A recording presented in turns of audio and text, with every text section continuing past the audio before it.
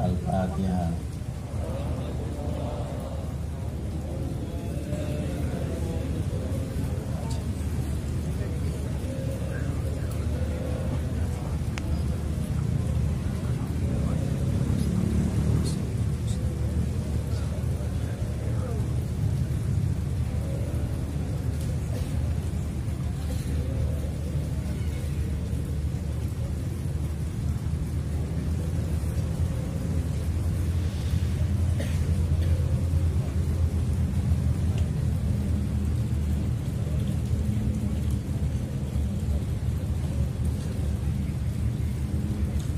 Pada malam yang berbahagia ini, kita semua dapat hadir di hadapan Polda Aceh, di halaman kantor Polda. Kita hadir dengan sama-sama dengan Polda dan wakil dan orang tua kita, Bapak Wali Nangro, Wali Mahmud, dan juga guru-guru kita, dosen dan juga rektor, wakil rektor dari Unsyah dan juga dari UIN, dari kampus kuliah, dan dengan ulama-ulama kita, itu dengan guru kita Cukri Daud, Abu Kamarud. Kita juga ada para wali-wali Nangro. Wali Nangro ada yang dari Jakarta dan juga di daerah-daerah seperti Takenon, ada dari Bangsa, dari Adia, dan juga ada Bapak Bupati Kertasau, Bapak Haji Muhammad Jamin, Bupati Kertasau Nagaraya, dan juga Bapak Wakil Bupati dari Jawa Barat. Mungkin barangkali ada yang lain bisa saya tidak lihat, dan juga banyak mengaturkan ribuan terima kasih dari mewakili Bapak Koren dan juga bapak-bapak yang telah hadir pada tempat yang mulia ini, teristimewa para bapak-bapak dan ibu-ibu yang telah dapat menyempatkan hadir. Para hadirin hadirat sekalian, bahwa saya cukup sangat letih sekali, baru dari Padang, sorenya baru sampai 3 hari, 3 malam itu terus menyampaikan dakwah ke tasawuf di Solo dan juga di Padang. Jadi saya juga ditamu oleh Polda Sumatera Barat, Bapak Fakhriza, dan saya katakan saya dengan Pak Yu nanti di Aceh, dia juga menyampaikan salam.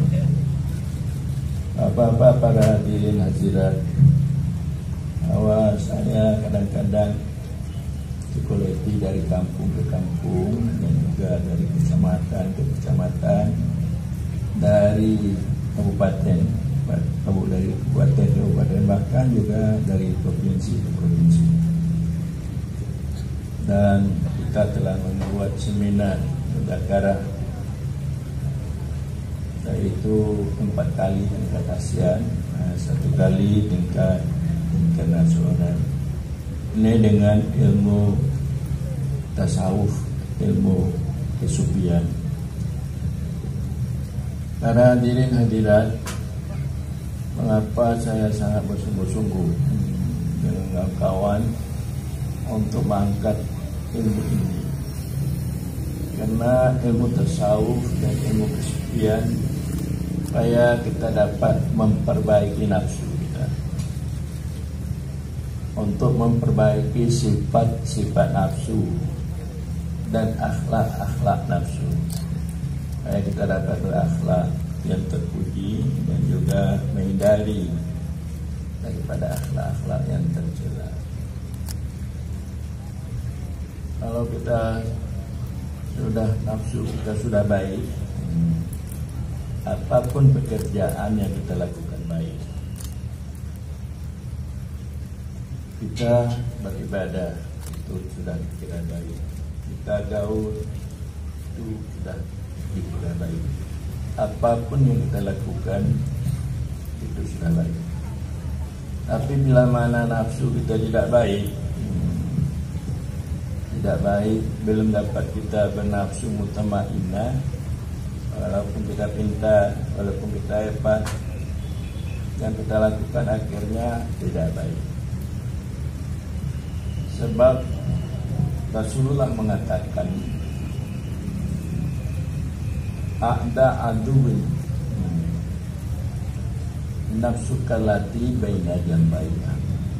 Semusuh-musuh yang ada pada kamu yaitu nafsu yang di antara dua lumbungmu. Tadi musuh kita yang paling besar adalah nafsu kita.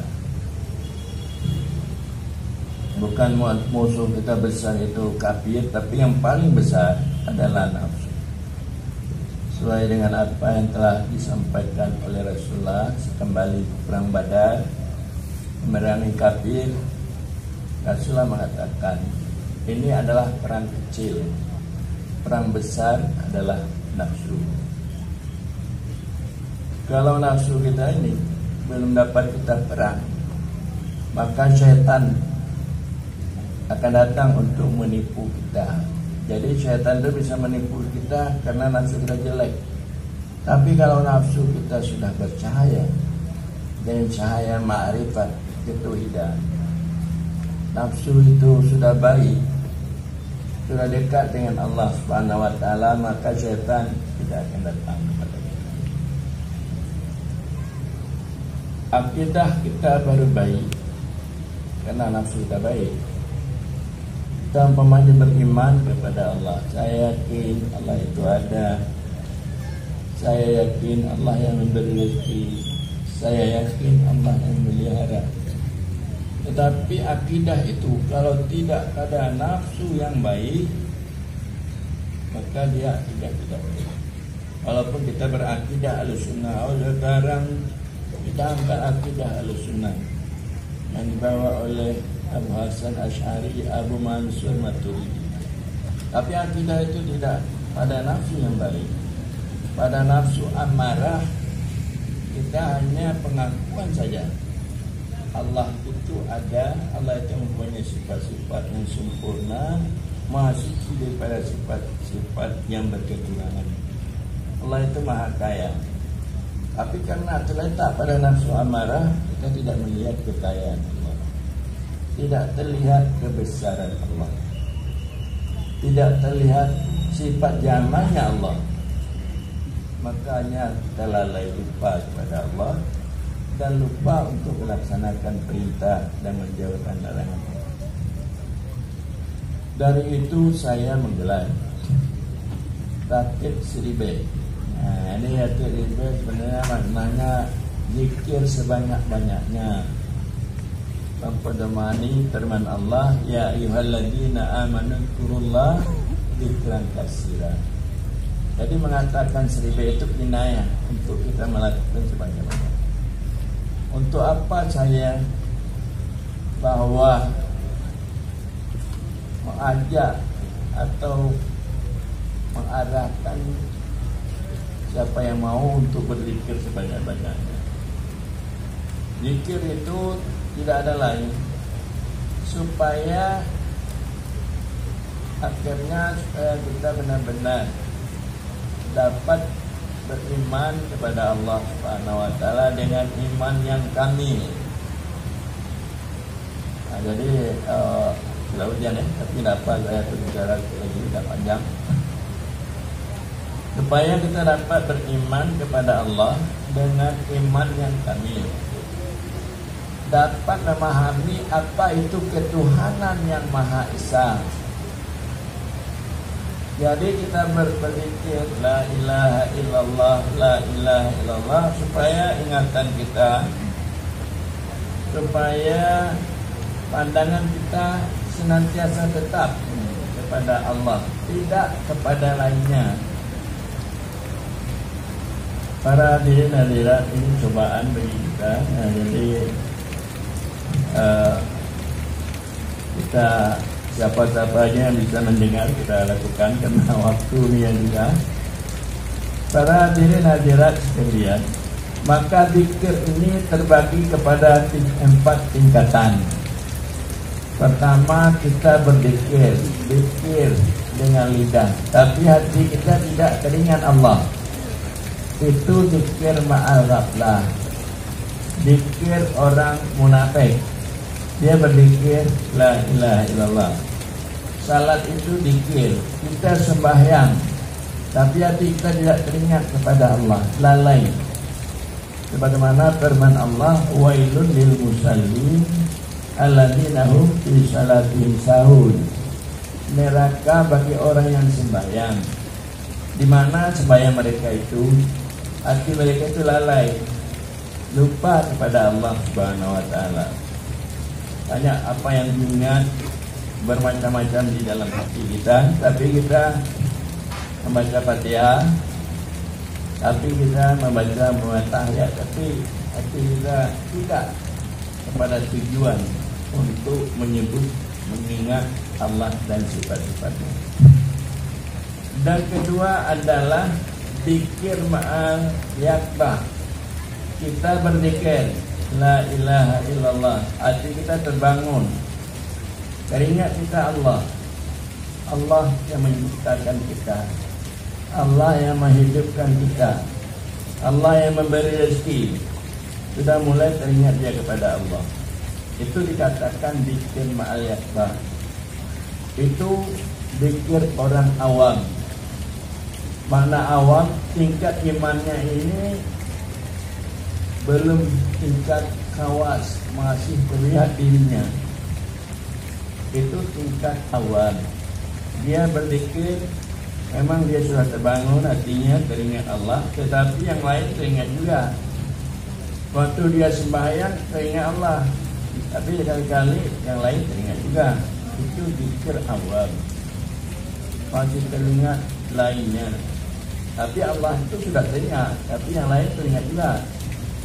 Itu dikatakan zikir ma'al yakbah. Dan ketiga adalah zikir ma'al hudud. Kita berzikir la ilaha illallah, hati kita hanya teringat Allah. Karena makna zikir itu untuk melepaskan kita dari kelalaian, untuk melepaskan kita dari kelupaan. Zikir itu supaya mendapat malakut yang diingat itu di dalam hati kita, tidak ada di dalam hati kita lainnya. Sebagaimana kata orang tasawuf, hasbi rabbi jalallah ma fi qalbi ilallah. Cukup aku Tuhanku Allah, tidak ada di dalam hatiku kecuali Allah. Kalau kita dapat berzikir ma'al hudur, mudah-mudahan apa hajat yang kita berhajat mudah untuk disampaikan oleh Allah Subhanahu wa taala. Tapi memang ini sulit. Kadang-kadang kita membaca Fatihah, belum habis Fatihah, kita tanya yang lain. Kalau dapat saja kita hati-hati kita sekedar Fatihah, itu sudah baik.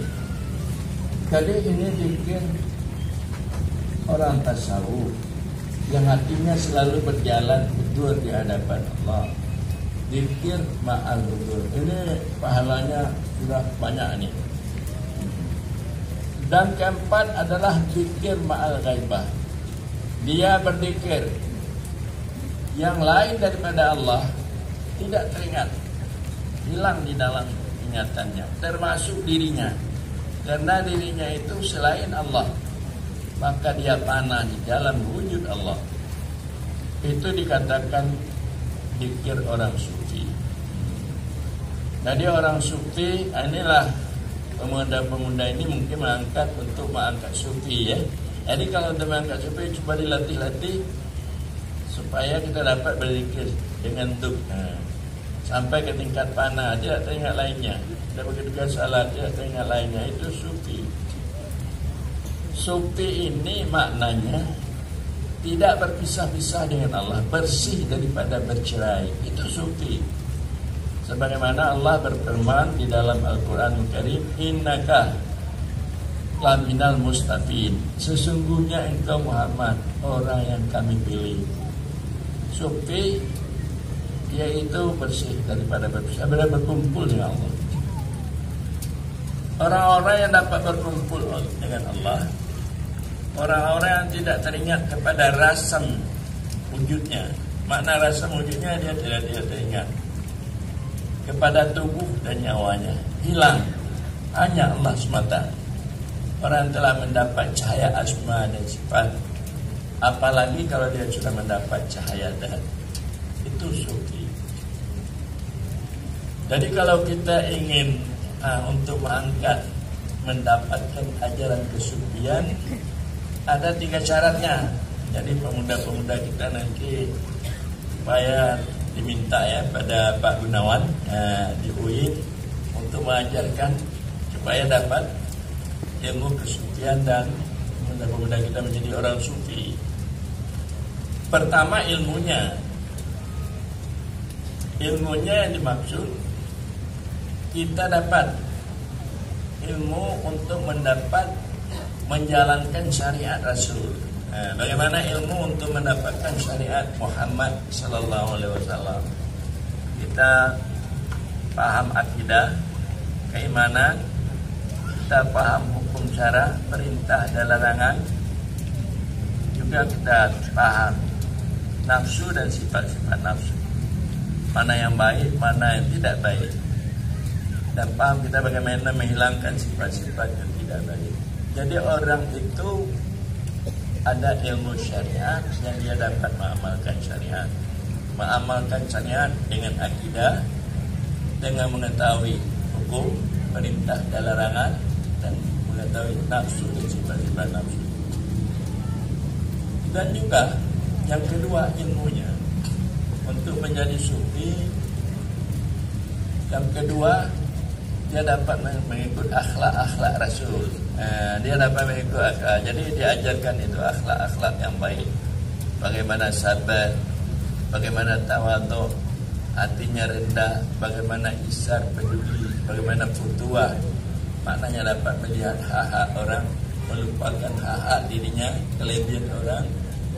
Dia dapat melupakan kelebihan dirinya. Dia bisa berada di atas kamul senantiasa, maknanya pada tempat yang paling hina, supaya dia bisa melakukan dan mengucapkan perkataan yang ikhlas. Jadi kalau Anda pemuda-pemuda untuk menjadi sufi yang kita latih ini, supaya dapat kita mengikut akhlak Rasul, belajar akhlak Rasul, akhlak yang baik-baik. Jangan ada kedengkian, jangan ada purbasangka. Jadi kita dapat melihat keotoran teman, tidak hanya melihat kesalahannya. Kita tahan disakiti, tahan tidak menyakiti, senantiasa memberikan yang baik-baik terhadap orang lain, supaya kita bisa gaul yang baik sesama kita. Dan juga kita pemurah sedikit, mau isar, peduli istilahnya. Ini adalah sifat-sifat yang baik, akhlak yang mulia, yang diajarkan oleh Rasul dan yang dilakukan oleh Rasul, yang menjadi contoh suri teladan bagi umatnya.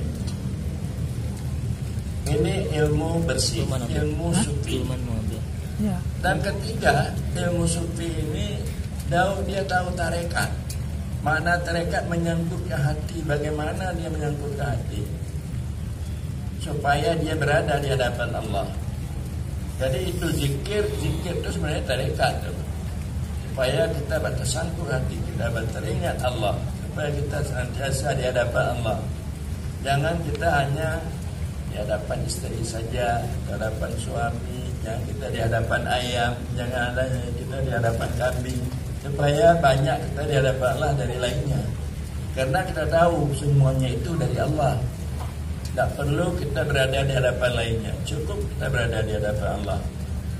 istri punya Allah, anak punya Allah. Kalau kita berada di hadapan Allah, maka Allah akan membantu untuk keperluan, untuk pemeliharaan, penjagaan daripada keluarga anak. Itu tarekat. Jadi menyangkutkan hati itu tarekat. Tarekat itu menyangkutkan hati supaya kita tersangkut dengan Allah. Maka itulah perlu ada zikir tarekat. Dan juga ilmu yang bersih, ilmu bagaimana untuk menjalani tarekat supaya kita sampai kepada ahaditan, supaya bisa kita sampai kepada Tuhan yang Maha Esa, ingatan hati kita. Itu menjalani tarekat. Sebenarnya Tuhan yang Maha Esa ini adalah ajaran kesucian yang digagas oleh yaitu orang-orang pendahulu kita menggagas Tuhan yang Maha Esa. Berarti merupakan itu makrifat tauhid irfani atau dikatakan makrifat tauhid hakiki. Jadi makrifat tauhid irfani, makrifat tauhid itu beda dengan makrifat tauhid kalam. Belajar kita supaya 20 akidah untuk membedakan antara yang baru dengan yang tadi. Ini kedua makrifat tauhid tasawuf, supaya cahaya Allah itu masuk ke dalam hati kita, cahaya Muhammad. Karena kita selalu teringat Allah dan Muhammad, maka terlihat kasih sayang Allah, kasih sayang Muhammad di dalam hati kita. Kemudian juga terakhir makrifat tauhid kawas. Makrifat tauhid kawas ini dengan maknanya bahwa Allah yang tahu dirinya dengan dirinya. Syahidallahu annahu la ilaha illahu, menyaksikan oleh Allah akannya Allah, tidak lainnya. Karena makrifat tauhid kawas ini, tauhid kawas ini, yaitu yang bersih. Makrifat itu daripada baharu. Bukan kita lagi yang memarifatkan Allah, mengetahui Allah, tetapi Allah yang mengetahui Allah, dirinya dengan dirinya, Tuhan yang Maha Esa. Jadi kalau kita bisa berzikir supaya khudur, supaya cinta, rindu kepada Allah, memandang wujudnya, hilang yang lainnya, termasuk diri kita, itulah maknanya Tuhan yang Maha Esa. Jadi agar supaya hilang ananiyah, keakuan di dalam batin kita, hilang syirik kafi, syirik yang tersembunyi di dalam batin kita. Jadi itu adalah harus dengan berzikir. Karena tasawuf mengatakan wadhkur rabbaka idza nasita, berzikirlah oleh engkau, ingatlah engkau akan Tuhan engkau apabila engkau lupa selainnya Tuhan. Kita mengingat Tuhan supaya lain Tuhan itu hilang dalam ingatan kita. Kalau kita mengingat Allah tapi yang lain teringat, ini ingatnya itu belum penuh. Jadi kita harus wadhkur rabbaka idza nasita. Jadi tafsir Isyari, ingat olehmu akan Tuhanmu apabila engkau lupa selain Tuhan. Selain Tuhan kita. Kalau kita teringat juga selain Tuhan, kita teringat Allah, teringat kita, ini dua yang tempat kita ingat. Jadi itu tidak tauhid namanya. Tidak ada istilahnya Tuhan yang Maha Esa. Jadi kita mengharapkan pemahaman makrifat sufi ini, makrifat tauhid sufi ini kita akan angkat. Jadi orang tidak bangga dengan ilmunya, orang tidak bangga dengan pangkatnya, orang tidak bangga dengan kedudukannya. Sebab pangkat kedudukan itu semua datang dari Allah Subhanahu wa ta'ala. Jadi itu maksudnya zikir sufi. Jadi ilmunya pertama bagaimana kita tahu dan dapat mengamalkan syariat Rasul, akhlak Rasul, tarekat Rasul, dan menjalani tarekat sampai kepada ahadidah. Mana lainnya? Hanya Allah termasuk dirinya. Itu satu ilmunya. Dan kedua, ada hal hal itu adalah cahaya yang datang dalam hati. Cahaya ilmu itu masuk ke dalam hati. Cahaya akidah itu masuk ke dalam hati. Jangan akidah itu hanya di kepala. Jangan akidah itu hanya diterima oleh akal yang di kepala kita. Akidah itu harus masuk ke dalam hati kita. Dengan makna bahwa tajalliha Allah. Waktu orang menyebut Allah, terlihat dia sifat kebesaran, sifat kebagusan Allah, sehingga dia merasa takut bahwa Allah sangat dekat dengannya, terlihat di dalam batinnya. Makanya inilah Al-Quran mengatakan innamal mu'minuna alladzi idza dzukirallah wajilat qulubuhum. Hanya saja orang yang beriman apabila disebut Allah gemetar hatinya, karena tajalli Allah dalam hati. Jadi para hadirin sekalian, di samping ilmunya hal itu terjalin keberadaan Allah dalam batin kita, sehingga bisa membawa lupa kita kepada lainnya Allah, dan juga lupa kita kepada diri kita. Itu halnya. Jadi orang sufi itu apa saja yang dia lihat, Allah yang dia lihat lebih dulu dari lainnya. Tajalli perbuatan Allah pada kayu, tajalli perbuatan Allah pada ayam, dan semua. Karena itu semua adalah bekas perbuatan Allah. Istri kita bekas perbuatan siapa dong? Allah. Suami, anak kita bekas perbuatan siapa? Mana ada bekas perbuatan saya? Ada. Bekas perbuatan Allah. Tajalli. Para hadirin hadirat sekalian, kalau sudah ada istilahnya ilmunya dan halnya, kemudian ada istilahnya bersih ittisal. Bersih itu sangkutan hubungan bersih. Kita yakin semua bahwa alam semesta ini bekas perbuatan Allah. Bekas perbuatan itu adalah terkait dengan perbuatan. Kalau tidak ada perbuatan, maka mana ada bekas. Perbuatan itu menyangkut dengan sifat. Kalau tidak ada sifat, tidak bisa untuk berbuat. Namanya kudrah iradah Allah. Kalau tidak ada kudrah iradah Allah, Allah tidak dapat berbuat. Jadi perbuatan itu menyangkut dengan sifatnya. Namanya ada kekuatan, itu sifat. Kekuasaan itu sifat. Kalau ada kekuasaan, kekuatan, baru kita bisa memperbuat. Jadi perbuatan itu tersangkut dengan sifatnya. Sifat itu berdiri pada zatnya. Jadi sifat dia tidak bisa berdiri sendiri, dia berdiri pada zatnya. Bersih ittisal dengan pengertian hilang perbuatan kita dengan perbuat dalam perbuatan Allah. Berarti sudah menyambung itu perbuatan kita dengan perbuatan Allah. Kalau masih teringat perbuatan kita, belum lagi menyambung dengan perbuatan Allah. Bagaimana kita untuk mendapatkan perbuatan Allah? Hilang perbuatan kita. Bagaimana supaya menyambung sifat kita dengan sifat Allah? Hilang sifat kita, hanya sifat Allah. Itu maksudnya bersih bersambung. Jadi bersih bersambung, hilang perbuatan kita, zahir perbuatan Allah. Hilang sifat kita, zahir sifat Allah. Hilang wujud kita, zahir wujud Allah. Jadi orang tasawuf mengatakan wa in ghibatu bada wa in bada ghayabani. Jika aku hilang, zahirlah dia. Jika dia zahir, hilanglah aku. Jadi bagi orang sufi, apa-apa yang diceritakan dalam Al-Quran dan hadis sebagai wa'ad-wa'id nyata terlihat dalam hatinya. Diceritakan mengenai surga seolah-olah dia telah masuk surga. Diceritakan mengenai neraka seolah-olah dia telah melihat neraka. Cerita-cerita wa'ad-wa'id terlihat dalam hatinya.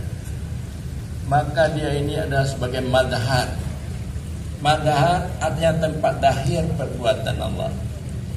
Tempat dahir perbuatan Allah inilah dirinya dan perbuatan dirinya. Ini sufi.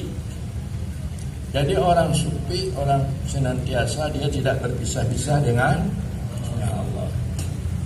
Para hadirin hadirat sekalian, maka zikir ratib sirri ini pertama tujuannya untuk kita menjadi orang tasawuf. Tasawuf artinya bersih hatinya daripada sifat-sifat nafsu yang jelek. Jangan ada pada hatinya itu sifat dengki, sombong. Kemudian zikir itu untuk bersih dia dari wujudnya, supaya dia itu tidak ada terlihat perbuatan dan sifatnya dan wujudnya. Hanya nyata perbuatan Allah dan sifat Allah dan wujud Allah. Para hadirin hadirat sekalian, makanya ajaran sufi ini para ulama-ulama yang kita sebahagian besar belum dapat menerima di Aceh. Belum dapat menerima di Aceh. Mengapa?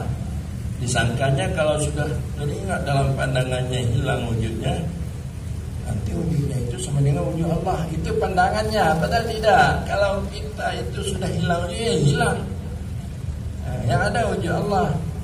Karena kita ini dengan Allah, Allah itu adalah asal daripada wujud kita.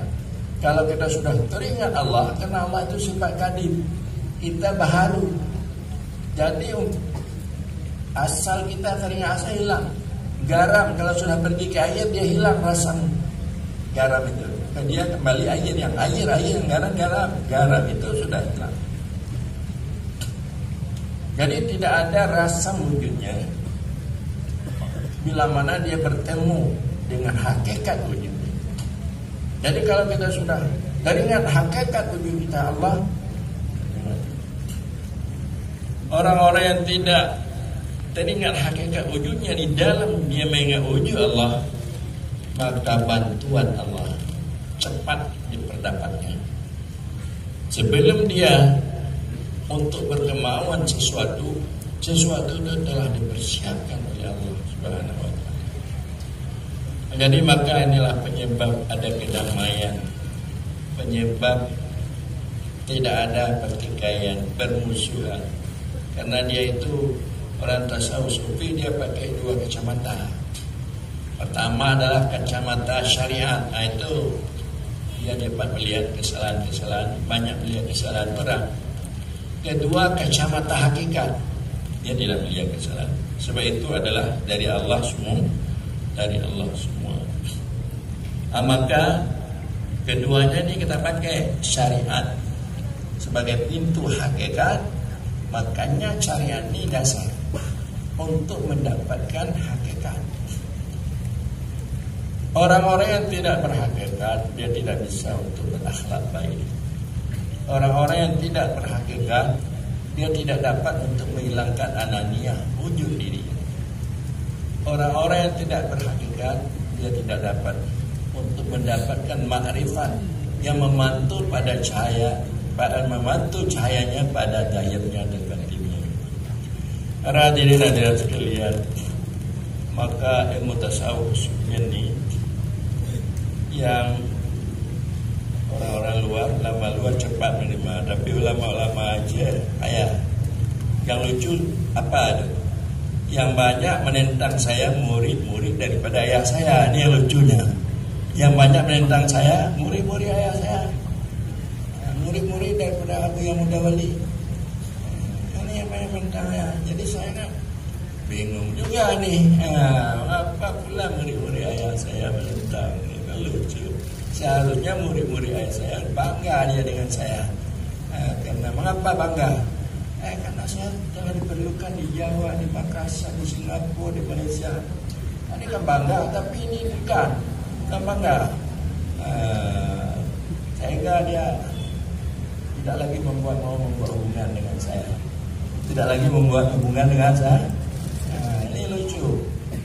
Bukan sekadar menjelekkan, membawa hubungan lagi. Sehingga putus silaturahmi. Ini Pak Gunawan. Ini kejadian-kejadian.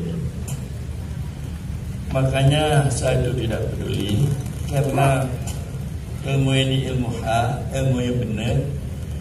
Saya melihat karena saya membawa jalan tasawuf kesufian ini pergi ke Sumatera Barat sampai ribuan dari orang Aceh pergi ke Sumatera Barat, naik mobil kendaraan Jawa pergi ke Medan mengadakan zikir adat seribu beribu juga. Adik saya ingat, kalau abu-abu murid-murid abu saya tidak capek yang mengikut beratus-ratus beribu Jadi saya syukur alhamdulillah anak-anak muda kita telah mau bergabung dengan tauhid tasawuf, dengan tauhid sufi. Saya mendoakan mudah-mudahan mahasiswa-mahasiswa kita pemuda-pemuda kita sungguh hendaknya menjadi seperti apa yang disampaikan oleh Al-Quran. Innahum fityatun amanu wazidnahum huda.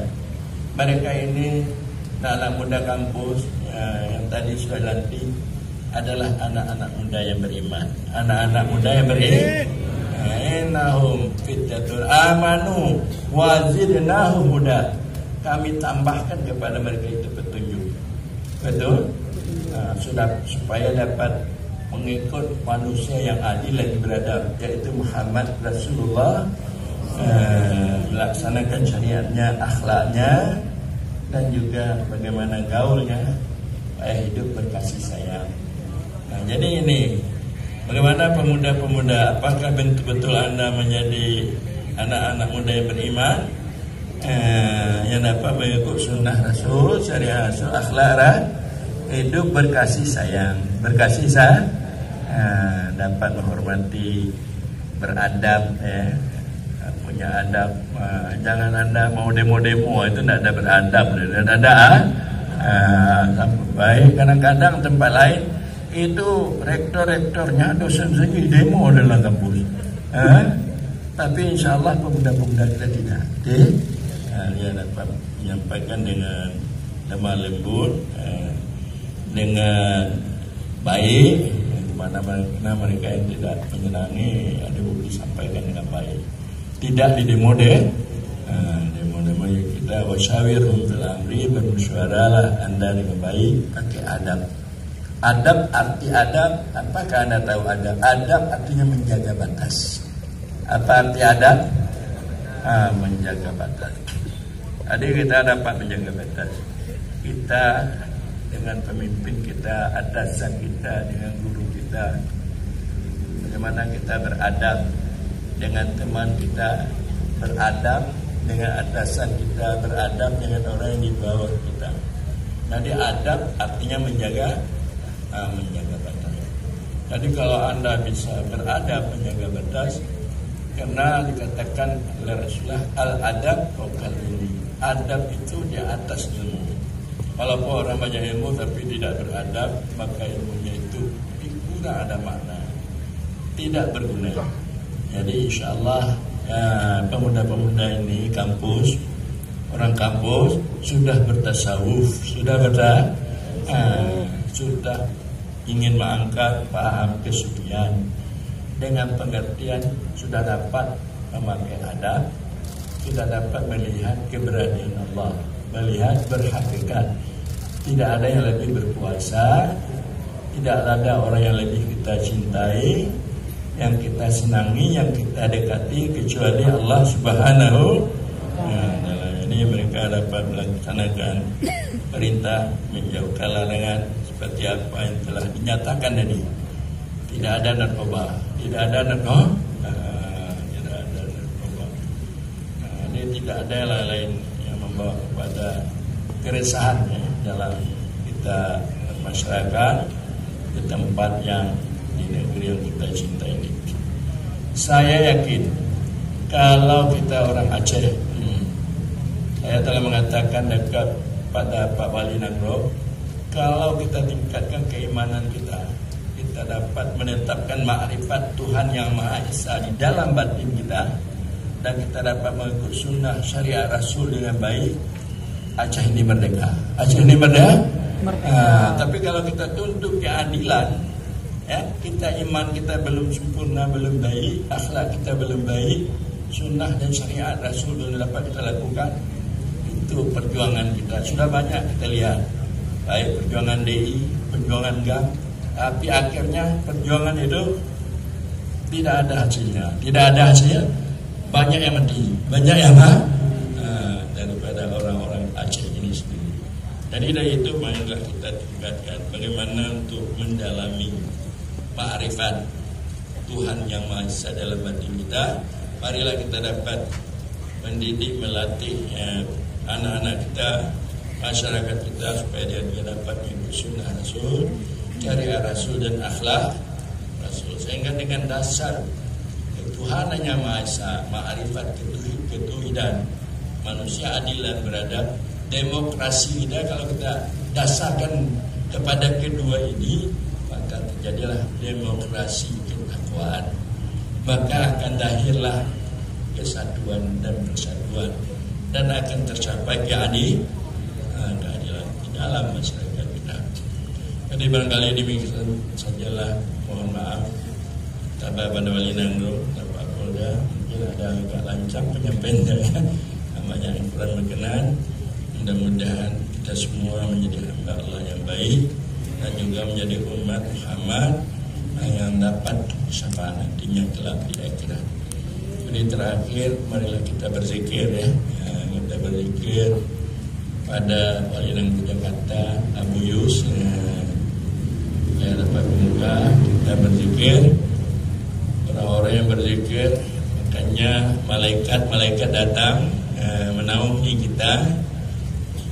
Bagaimana sabda Rasul, artinya waman a'rada an dzikri fa innahu ma'isyatan dhanka. Siapa yang tidak mau berzikir diberikan kehidupan yang sempit. Supaya kita dimudahkan hidup kita, diberikan kemakmuran, sungguh-sungguhlah kita berzikir. Jadi kepada Abu Yus mana Tenggono, ini kita berzikir.